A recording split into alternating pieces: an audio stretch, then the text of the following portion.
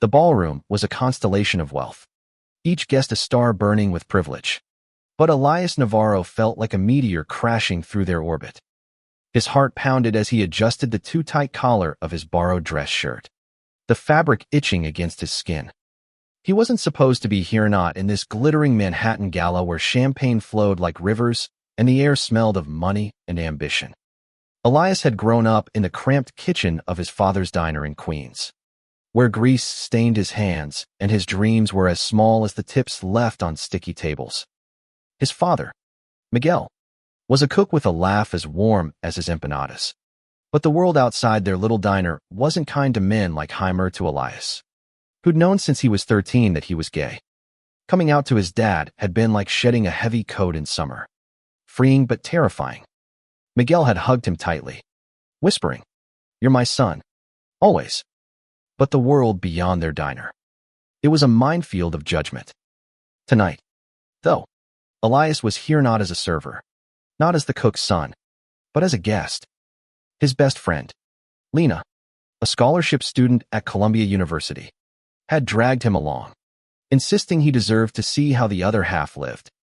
"You're not just some kid from Queens," she'd said, her eyes fierce. "You belong anywhere you want to be." Elias wasn't so sure.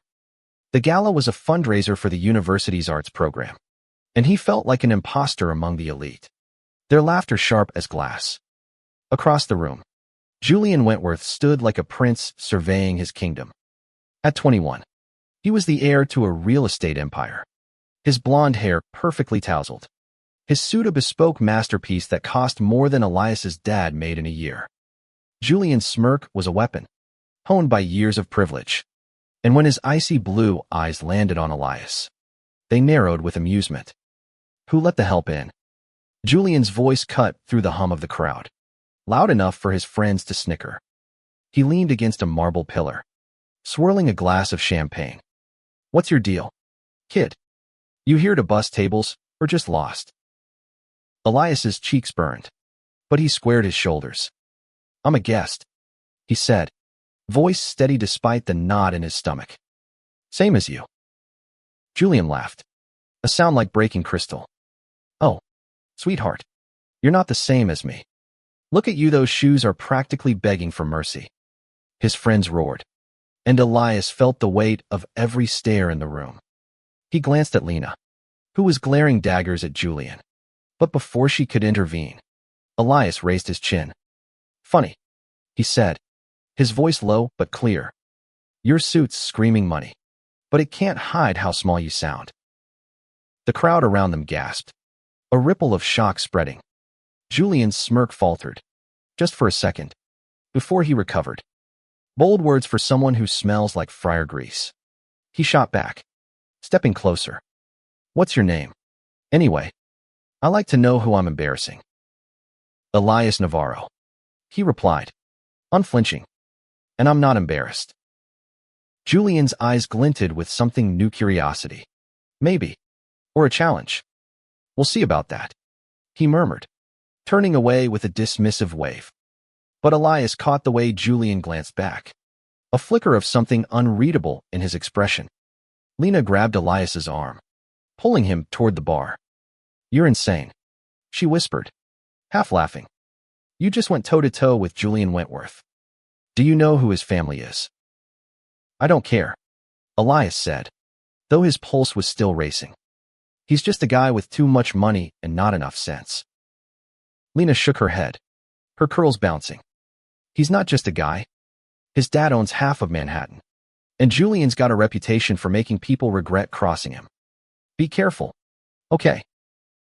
Elias nodded, but his eyes drifted back to Julian, who was now laughing with his friends, his confidence restored. There was something about him, something beyond the arrogance that tugged at Elias's curiosity. He pushed the thought away. Guys like Julian didn't mix with guys like him. They lived in different worlds, separated by money, status, and 1,000 unspoken rules. As the night wore on, the gala's energy swelled. A string quartet played, their notes weaving through the chatter, and the stage at the front of the room glowed under soft lights. Elias tried to focus on Lena's stories about her art history classes, But his mind kept replaying Julian's words. The help. The sting of it lingered. Not because it was true, but because it reminded him of every time he'd been made to feel small. Then the host stepped onto the stage. A woman in a sleek red dress who commanded the room with a smile. Ladies and gentlemen, she began. Tonight's fundraiser isn't just about raising money, it's about celebrating the voices of tomorrow. We've invited a few of our scholarship students to share their stories, their art, their dreams. Elias froze. Lena had mentioned something about a performance, but he hadn't paid much attention. Now, her grin was mischievous as she nudged him. You're up, she whispered. What? Elias's stomach dropped. I didn't sign up for anything. You didn't have to, Lena said, her eyes sparkling. I submitted your poem, the one you wrote last month. They loved it. Elias's mouth went dry. He'd written that poem in a feverish burst after a late shift at the diner, pouring his heart onto the page's fears, his identity, his hopes. It was raw, personal, and not meant for a room full of strangers. Lena. No, he hissed, but she was already pushing him toward the stage. You've got this, she said firmly. Show them who you are. Elias's legs felt like lead as he climbed the steps to the stage. The spotlight was blinding, the crowd a sea of expectant faces. He could see Julian near the front, his arms crossed, that same smirk playing on his lips. Elias's heart thundered, but he gripped the microphone, his knuckles white. This is a mistake, he thought. But then he remembered his dad's voice. You're my son. Always. He took a deep breath and began. My name is Elias Navarro, he said, his voice trembling at first but growing stronger. I'm the son of a cook, a queer kid from Queens. And this is my story. The room went silent, every eye on him. Julian's smirk vanished, replaced by something else, shock. Maybe. Or recognition. Elias didn't care. He let the words spill out. His poem a tapestry of pain and pride, love and defiance. Each line was a piece of himself, laid bare for a world that had tried to make him small. And when he finished, the silence broke into applause, a wave that crashed over him. He stepped back, breathless, and caught Julian's gaze. For the first time that night, the rich kid looked speechless. The applause still echoed in Elias's ears as he stepped off the stage, his legs shaky but his heart alight. He'd done it, bared his soul to a room full of strangers, and they hadn't laughed or turned away. Lena was waiting at the bottom of the steps, her arms wide, and she pulled him into a fierce hug. You were incredible, she whispered, her voice thick with pride.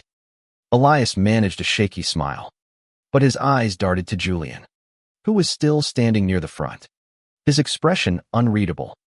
The rich kid's friends were whispering, their glances sharp, but Julian didn't join in. Instead, he watched Elias with an intensity that made the air feel charged, like a storm was brewing.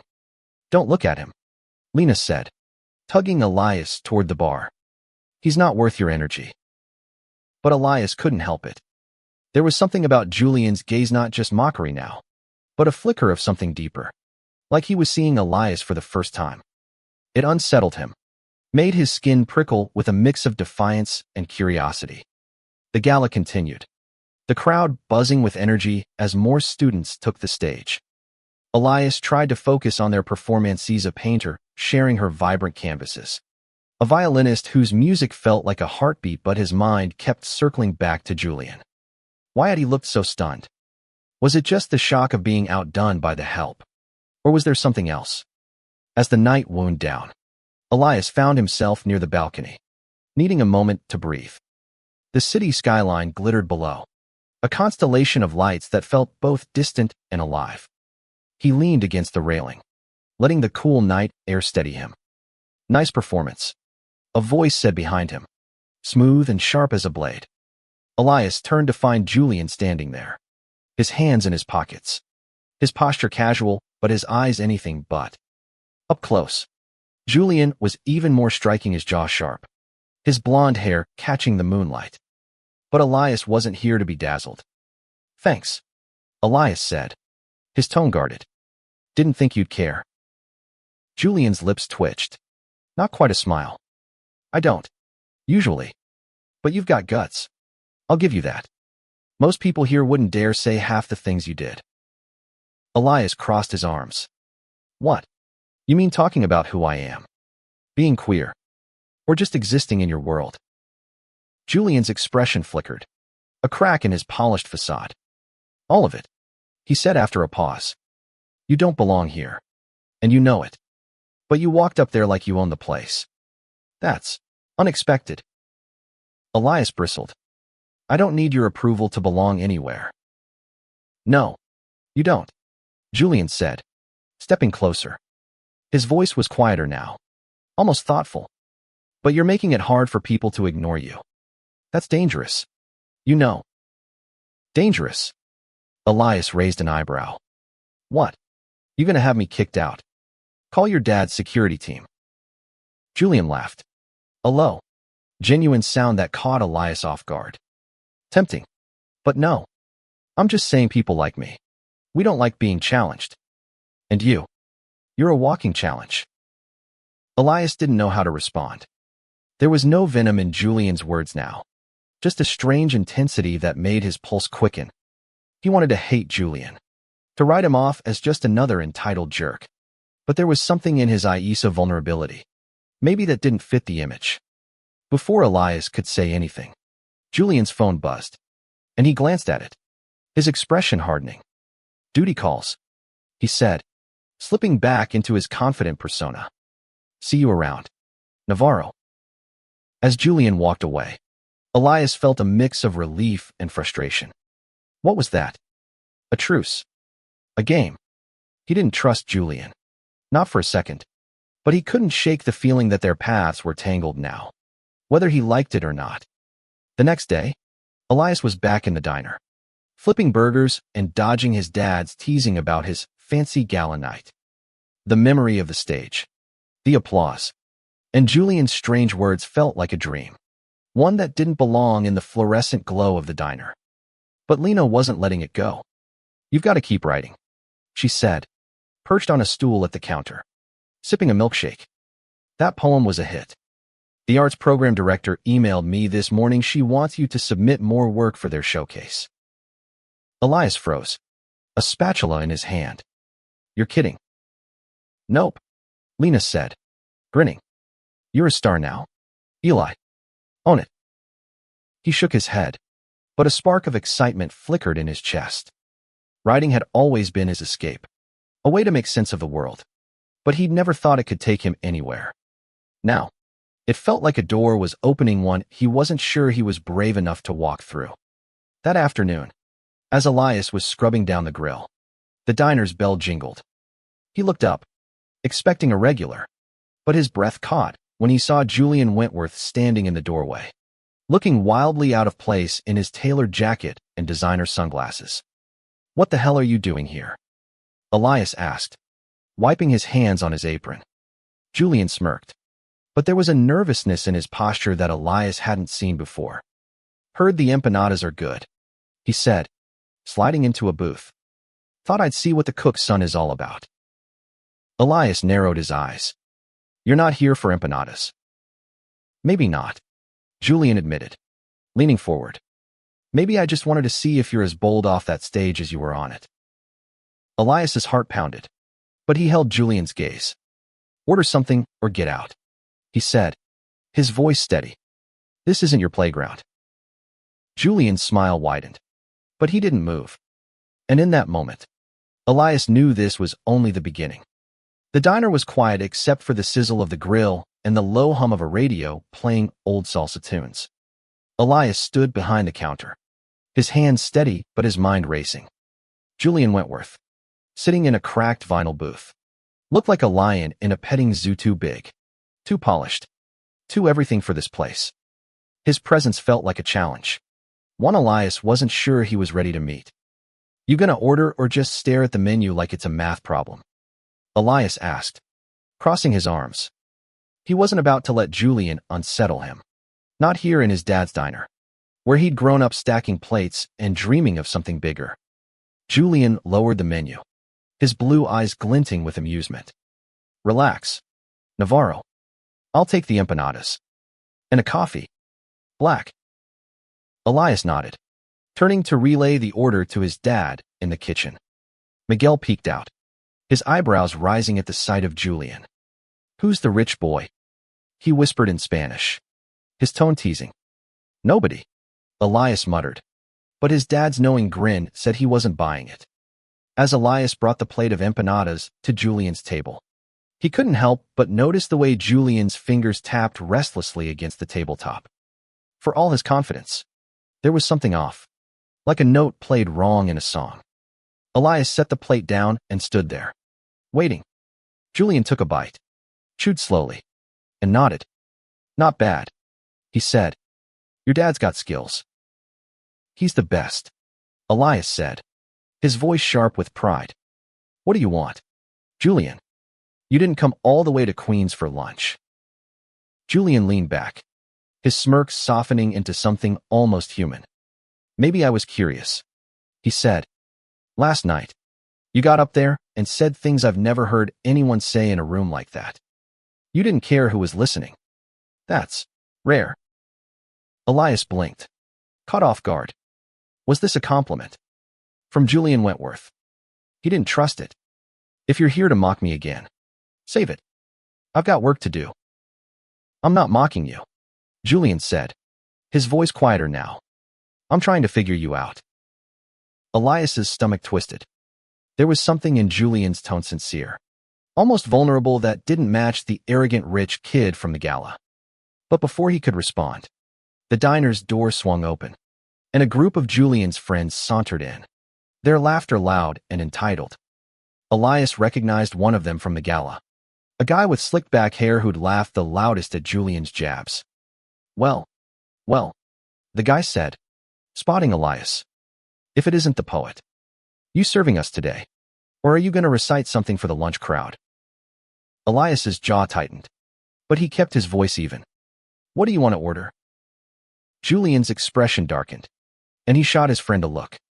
Knock it off, Derek, he said, his tone sharp. Derek raised his hands, grinning. Chill, Jules. Just having fun with the help. Elias felt the word help like a slap, but he didn't flinch. Instead, he turned to Julian. You brought your fan club. Classy. Julian's face flushed, and for a moment, he looked genuinely uncomfortable. They followed me, he said, his voice low. I didn't ask them to come. Elias didn't believe him, but he didn't have time to argue. He took the group's orders, his movements mechanical, his mind a storm of anger and confusion. Why was Julian here? What did he want? And why did Elias care? As the afternoon wore on, Julian's friends left, but he stayed, nursing his coffee and watching Elias with that same unreadable intensity. When the diner emptied out, Julian finally spoke again. You're not like anyone I know, he said, almost to himself. You don't care what people think. I envy that. Elias paused, a rag in his hand. You envy me, he said, incredulous. You've got everything. Money, power, a name that opens doors. What could you possibly want from my life? Julian's smile was bitter. Freedom, he said simply. You say what you feel. You're real. I'm not. Elias didn't know what to say. He wanted to dismiss it, to call it rich kid nonsense. But there was a rawness in Julian's voice that stopped him. For the first time, he saw Julian not as a caricature of privilege, but as a person flawed, complicated, and maybe a little lost. Before he could respond, Miguel called from the kitchen, breaking the moment. Elias turned away, his heart pounding. He didn't trust Julian. Not yet, but something had shifted, and he wasn't sure he liked it. That night, Elias sat at his desk in the tiny apartment he shared with his dad, his notebook open, his pen hovering. He wanted to write about the Gala, about Julian, about the strange pull he felt towards someone who represented everything he'd spent his life resenting. But the words wouldn't come. Instead, he thought about his poem, the one that had silenced the Gala. It had been about his dad, About the diner. About the quiet strength of being himself in a world that didn't always understand. Maybe that's what Julian had seen, not just a performance, but a truth Elias hadn't realized he was carrying. The next morning, Lena burst into the diner, her eyes wide. "You're not going to believe this," she said, waving her phone. "The arts program director posted your poem online. It's going viral." Elias's stomach dropped. "Viral?" "Yeah," Lena said, grinning. "People are sharing it everywhere. You're a voice now, Eli. A big one." He should have been thrilled, but all he could think about was Julian's words, "You're a walking challenge." And as he glanced out the diner's window, he wondered what it meant that the rich kid who'd mocked him was now the one he couldn't stop thinking about. Elias's world felt like it was spinning faster than he could keep up. The viral poem had turned his quiet life into a whirlwind. His phone buzzed with notifications.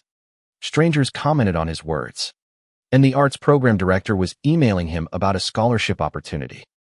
But amidst the chaos, one thing anchored him: the memory of Julian's voice in the diner, saying, "I envy you." He didn't want to think about Julian. He wanted to focus on the scholarship, on his dad's proud smile when he'd heard about the poem, on Lena's relentless encouragement. But Julian was a splinter under his skin, impossible to ignore. Why had he come to the diner? Why had he stayed after his friends left? And why did Elias feel a pang of something hope? Maybe every time he thought about it. A week after the gala, Elias found himself back on Columbia's campus, this time for a meeting with the arts program director, Ms. Carter. The university's halls were a maze of marble and history, and Elias felt small beneath their weight. Ms. Carter's office was warm, though, filled with books and art prints, and her smile put him at ease. "Your poem struck a chord," she said, leaning forward. "It's honest, Elias. That's rare. We'd like you to join our mentorship program. You'd work with established writers, maybe even publish a collection." Elias's heart leapt, but doubt crept in. "I'm not a student here," he said. "I'm just me." Ms. Carter's eyes softened. "You're enough. Your voice is what matters. Will you consider it?" He nodded, overwhelmed. As he left her office, his mind raced with possibilities. A mentorship, a chance to write, to be heard. But as he stepped onto the quad, he froze. Julian was there, leaning against a tree, his sunglasses perched on his head like he was posing for a magazine. "Stalking me now?" Elias asked, his tone half joking, half wary. Julian grinned, but it didn't reach his eyes. "Heard you were meeting with Carter. Figured I'd congratulate you." Elias raised an eyebrow. "How do you even know about that?" "My family's on the board," Julian said, shrugging. "I hear things." "Of course," Elias muttered, his guard back up. "What do you want, Julian?" Julian stepped closer, his voice low.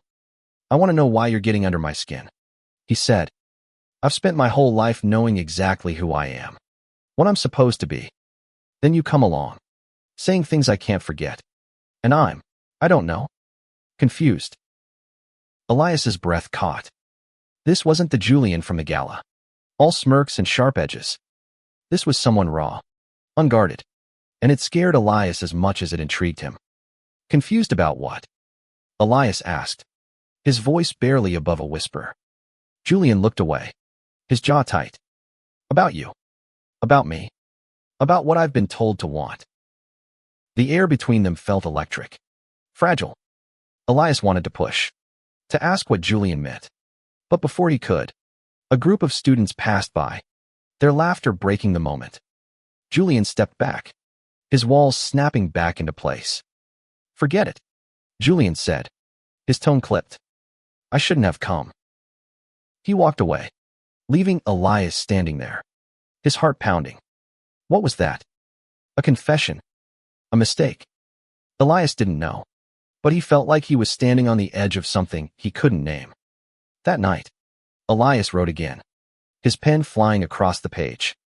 This time, the words weren't just about his dad or his identity, they were about Julian. About the pull of someone who was both enemy an enigma. He wrote about the diner, about the gala, about the way Julian's eyes had softened for just a moment. The next day, Lena dragged him to a campus coffee shop to celebrate his mentorship offer. As they sat with their lattes, she scrolled through her phone, her eyes widening. "Eli, you need to see this." She showed him a video from the gala. His poem, now viewed thousands of times online. The comments were a mix of praise and hate. Some called him brave. Others called him names he'd heard too many times before. But one comment stood out. Posted anonymously, "You made me see myself differently. Thank you." Elias's throat tightened. He didn't know who'd written it, but a part of him, a foolish, hopeful part, wondered if it was Julian. As the days passed, Elias threw himself into the mentorship program, attending workshops and sharing his work. But Julian was never far from his thoughts. He'd see him on campus, always at a distance, always with that same unreadable expression. And every time, Elias felt that same pull, like a tide drawing him towards something dangerous and inevitable. Then, one evening, as Elias was leaving a poetry workshop, he found Julian waiting outside, his hands shoved in his pockets, his posture tense. "We need to talk," Julian said, his voice low but urgent. Elias's heart raced. "About what?" "About everything," Julian said, his eyes searching Elias's. "About why I can't stop thinking about you." Elias stood frozen outside the lecture hall, the evening air cool against his skin, but doing nothing to calm the storm in his chest. Julian's words hung between them, raw and unguarded. "I can't stop thinking about you." They were a confession, a grenade lobbed into the fragile space between them, and Elias didn't know whether to run or stay. "What do you mean?" Elias asked, his voice steady despite the chaos inside him. He wanted to believe Julian, but trust was a luxury he couldn't afford, not with someone who'd mocked him, who represented everything he'd spent his life fighting against. Julian ran a hand through his hair, his usual confidence fraying at the edges. "I don't know how to say this," he admitted. I've never felt like this. You're in my head, Elias. Your poem, your voice, the way you don't care what anyone thinks, it's messing with me." Elias's heart pounded, but he kept his expression guarded. "You mocked me in front of everyone. You called me the help. And now you're saying you're, what? Into me." Julian flinched, but he didn't look away. "I was an asshole," he said. "I know that. I grew up in a world where you tear people down to stay on top. But you're different. You don't play that game." Elias wanted to believe him, but doubt gnawed at him. "Is this a game to you now? Some rich kid experiment? Because I'm not here for that." "It's not a game," Julian said, stepping closer. His voice was low, almost desperate. "I'm scared. Okay. I've spent my whole life pretending to be someone I'm not. My dad, my friends, they expect me to be this perfect heir.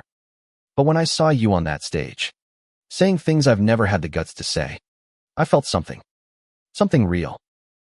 Elias's breath caught.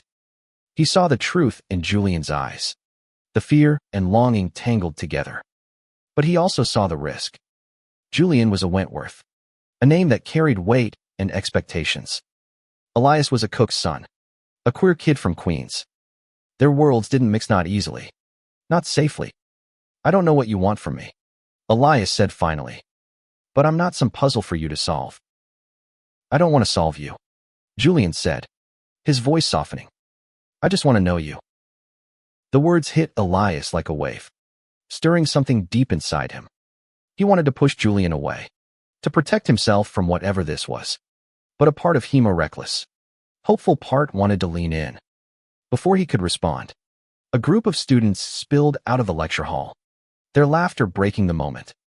Julian stepped back, his walls snapping back into place. "Think about it," he said, his voice barely audible. Then he turned and walked away, leaving Elias alone with his racing thoughts. The next few days were a blur. Elias threw himself into his writing, pouring his confusion into poems that felt like confessions. He wrote about the diner, about his dad's calloused hands, about the way Julian's eyes had looked in the moonlight, blue and stormy. full of things unsaid. The mentorship program was intense, with workshops and critiques that pushed him to dig deeper, to be more honest. But every time he picked up his pen, Julian was there, woven into the words. Lena noticed the change in him. "You're distracted," she said one afternoon, as they sat in the diner during a slow shift. "Is it the scholarship? The poem going viral? Or," she raised an eyebrow, "is it that rich jerk?" Elias groaned, rubbing his face. "I don't know what it is. He's complicated." "Complicated?" Lena snorted. "He's trouble. Eli, you don't need someone like him messing with your head." "I know," Elias said, but his voice lacked conviction. He didn't want to admit it, but Julian's confession had cracked something open inside him. He'd spent so long building walls to protect himself from judgment, from rejection, that the idea of someone like Julian seeing him, really seeing him, was both thrilling and terrifying. That evening, Elias's dad caught him staring out the diner's window, lost in thought. "You okay, Mijo?" Miguel asked, his voice gentle. Elias nodded, but his dad's eyes were too knowing. "You've got that look," Miguel said. "Like when you were a kid, trying to figure out the world. What's on your mind?" Elias hesitated, then told him about Julian, not everything, but enough. About the gala, the diner, the confession outside the lecture hall. Miguel listened, his expression soft but serious. "Love's a messy thing," Miguel said finally. "Doesn't matter who it's with, man, woman, rich, poor. It's messy, but it's worth it if it's real. Just be careful, okay? You've got a big heart. Don't let it break." Elias nodded, his throat tight. He didn't know if this was love, or even if it could be, but he knew he couldn't ignore it. A few days later, Elias was invited to read at another university event, a smaller gathering, but still a big deal. As he prepared his poems, his nerves buzzed. Would Julian be there? Did he want him to be? When the night arrived, Elias stood on a small stage in a cozy auditorium, his voice steady as he read. The crowd was attentive, their applause warm, but his eyes kept scanning for a familiar face. And then he saw him, Julian, standing at the back, his expression unreadable but his presence undeniable. When Elias finished, the crowd clapped, but Julian didn't move. He just watched, his eyes locked on Elias. And for the first time, Elias felt like he was the one with the power. The auditorium's applause faded, but Elias's heart still raced as he stepped off the stage. Julian was still there, lingering at the back, his hands in his pockets, his eyes fixed on Elias like he was the only person in the room. The weight of that gaze was almost too much, a mix of challenge and longing that made Elias's skin hum. He wanted to ignore Julian, to walk away and pretend that confession outside the lecture hall hadn't happened. But something in him, something stubborn and curious, pushed him forward. He wove through the crowd, nodding at compliments from strangers, until he reached Julian.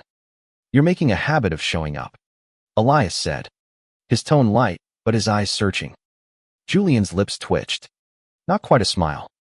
"Couldn't miss another one of your performances," he said. "You're good, Navarro.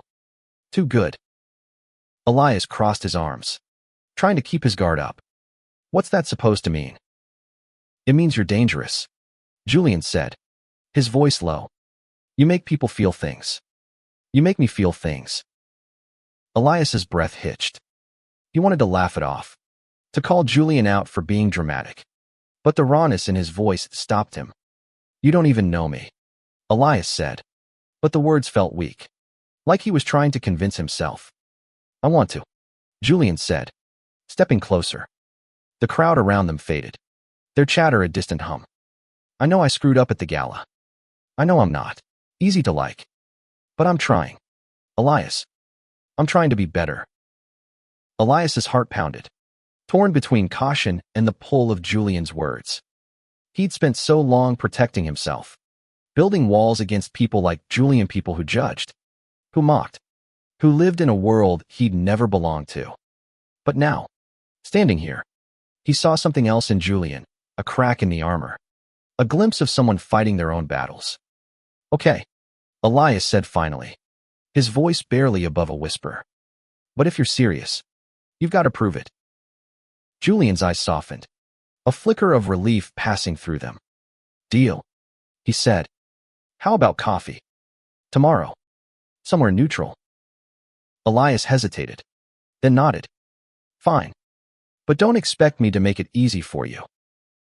Julian's smile was small, but genuine. Wouldn't want it any other way. The next day, Elias met Julian at a small coffee shop in Brooklyn, far from the glitz of Manhattan or the familiarity of Queens. It was neutral ground, a place where neither of them held power. Julian was already there when Elias arrived, sitting at a corner table, his usual polished exterior softened by a plain sweater and jeans. For the first time, he looked almost normal. They talked for hours. The conversation awkward at first, but slowly easing into something real. Julian spoke about his dad's expectations, the pressure to be perfect, the fear of disappointing a family that had built an empire. Elias shared stories of the diner, of his dad's laughter, of the quiet moments when he'd realized who he was and what it cost to be honest. I've never told anyone this, Julian said at one point, his voice low. But I've always known I wasn't straight. I just didn't know what to do with it. My world doesn't make room for that. Elias's chest tightened. He understood that fear, that weight of hiding. My world doesn't either, he said. But I decided I'd rather fight for it than hide. Julian looked at him, his eyes full of something unspoken. I want to be that brave, he said. But I don't know how. Elias reached across the table, his hand brushing Julian's for just a moment. You start by being honest, he said. With yourself. With me. The moment stretched, fragile and electric, until Julian pulled his hand back, his expression torn. I'm trying, he said. But it's hard. I know, Elias said, his voice soft but firm. But you don't get to half-ass it. Julian laughed, a sound that broke the tension. You're relentless, he said, but there was warmth in his eyes. Over the next few weeks, Elias and Julian met again, sometimes for coffee, sometimes for walks through the city. Each time, Julian opened up a little more, revealing pieces of himself that Elias hadn't expected, a love for old jazz records, a secret habit of sketching in notebooks he never showed anyone, a quiet longing to be more than his last name. And Elias found himself sharing too his fears, his dreams, the way writing felt like breathing. But it wasn't easy. Julian's friends were still a problem, their mockery a constant reminder of the world he came from. And Elias's own doubts lingered. Could he trust someone who'd hurt him? Could he love someone whose life was so different from his? One night, as they walked along the Hudson River, the city lights reflecting on the water, Julian stopped and turned to Elias. I'm falling for you, he said, his voice raw. And it scares the hell out of me. Elias's heart stopped. He wanted to say it back, to let himself fall too, but the words caught in his throat. Instead, he stepped closer, his hand finding Julian's. Then let's be scared together, he said. Julian's smile was like the sunrise, and when he leaned in, their lips brushing in a tentative kiss, Elias felt the world shift beneath him. The kiss by the Hudson was a spark, igniting something Elias hadn't dared hope for. In the weeks that followed, he and Julian grew closer, their connection a quiet rebellion against the worlds that tried to keep them apart. They stole moments in coffee shops, in late-night walks, in the diner when it was empty, their laughter and whispers weaving a fragile bridge between Queens and Manhattan. But the world wasn't kind to bridges like theirs. Julian's friends grew colder, their jabs sharper when they saw him with Elias. What's this, Jules? Derek sneered one day, catching them outside a campus lecture hall. You slumming it now? Julian's jaw tightened, but he didn't back down. Back off, Derek, he said, his voice steady. This isn't your business. Derek laughed, but there was an edge to it. Your dad's gonna love this, he said, his eyes flicking to Elias. Good luck with that. Elias felt a chill, but Julian squeezed his hand. A silent promise. Still, The words lingered. Julian's father, Charles Wentworth, was a titan, a man whose name was synonymous with power. Elias had seen him on the news. His face stern, his voice commanding. The thought of him learning about his son's relationship with a cook's son from Queens was a weight Elias couldn't ignore. At the diner, Miguel noticed the change in Elias. "You're happy," he said one evening, as they closed up. "But you're worried too. What's going on?" Elias hesitated, then told him everything about Julian, about their growing connection, about the fear of what it might cost. Miguel listened, his hands steady as he wiped down the counter. "You can't control what the world thinks," Miguel said finally, "but you can control who you love. And if this boy makes you happy, fight for it. You're strong, Mijo, stronger than you know." Elias nodded, his throat tight. He wanted to believe his dad, but the fear lingered. What if Julian wasn't ready to fight? What if his world pulled him back? The answer came sooner than Elias expected. The university was hosting its annual spring gala, a bigger event than the one where they'd first clashed. Elias was invited to read again, this time as a featured poet in the mentorship program. The thought of standing on that stage again, with Julian in the crowd, made his stomach churn with nerves and hope. The night of the gala, the ballroom was even grander than before, a sea of crystal and silk. Elias wore a suit Lena had helped him pick out, simple but sharp, and he felt a little more like he belonged. But as he scanned the crowd, he saw Julian near the front, his face pale, his posture tense. Next to him stood Charles Wentworth, his presence commanding, his eyes cold. Elias's heart sank. He hadn't known Julian's father would be there. As he took the stage, his hands shook, but he gripped the microphone, his voice steady as he began. This poem was new, written for Julian, though he hadn't told him. It was about love, about fear, about the courage to be seen. The crowd was silent, their attention absolute. Elias poured his heart into every word, his eyes finding Julian's. For a moment, it was just them, the rest of the world fading away. When he finished, the applause was deafening, but Elias barely heard it. He was watching Julian, whose eyes were bright with unshed tears. As Elias stepped off the stage, Charles Wentworth approached, his expression unreadable. "You're the Navarro boy," he said, his voice low but commanding. "My son speaks highly of you." Elias's breath caught. He glanced at Julian, who was standing a few feet away, his face a mix of fear and defiance. "I hope I live up to it," Elias said, his voice steady. Charles studied him for a long moment, then nodded. "You've got courage," he said. "That's more than most." He walked away, leaving Elias stunned. Julian stepped forward, his voice barely above a whisper. "I told him," he said, "about us.